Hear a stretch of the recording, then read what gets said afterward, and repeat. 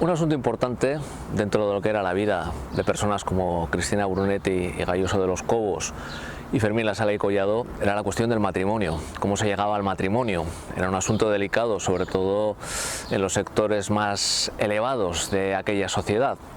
Ellos contrajeron matrimonio en el año 1859. Su matrimonio podríamos considerarlo, pregunto, un prototipo de lo que era el clásico matrimonio del siglo XIX, posterior a la Revolución Francesa del año 1789, entre enriquecidos burgueses, enriquecidos pero incultos, vastos, rastreros y mezquinos incluso, y aristócratas de alto porte, de gran cultura, de grandes palacios, pero que ni siquiera tienen dinero para tapar las goteras de esos grandes palacios. Pues realmente no lo era. Realmente el ejemplo que tenemos de ese tipo de matrimonios, el paradigma, es el que aparece en la novela histórica de Giuseppe Tomasi di Lampedusa, el mismo aristócrata, descendiente de aristócratas, que en el año 1954-1957 realizó esa sarcástica novela que es El gato pardo.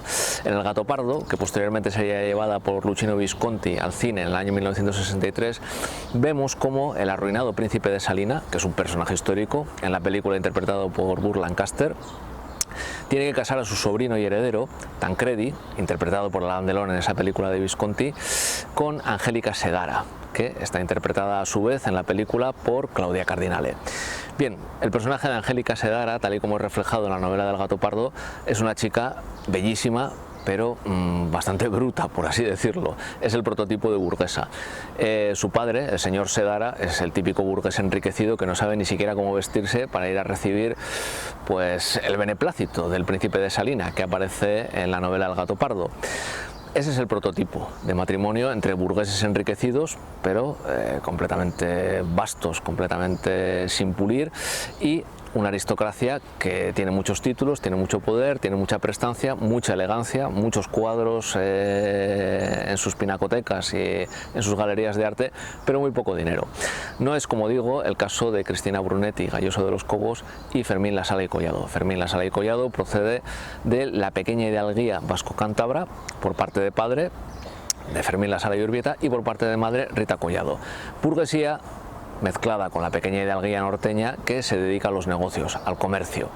Eso, sin embargo, no es obstáculo para que Ferminito, que así era llamado en familia, Fermín Lasala y Collado, futuro duque de Mandas, reciba una esmeradísima educación.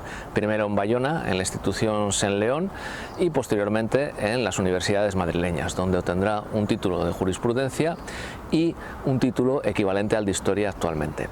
Es un hombre con una vasta cultura, participa en academias científicas como la de Ciencias Morales y Políticas, y su vasta biblioteca, que hoy día todavía se puede visitar en el antiguo Ayuntamiento de Donosti, y se puede aprovechar porque se pueden solicitar volúmenes de esa biblioteca bajo petición previa, nos demuestra que es un hombre que ha recibido una educación muy refinada. No es el equivalente a Angélica Segara, a ese personaje que aparece en El gato pardo de Giuseppe Tomasi di Lampedusa, el aristócrata italiano que escribió esa sarcástica novela donde se reflejaba esos matrimonios típicos tópicos de burgueses enriquecidos con aristócratas empobrecidos.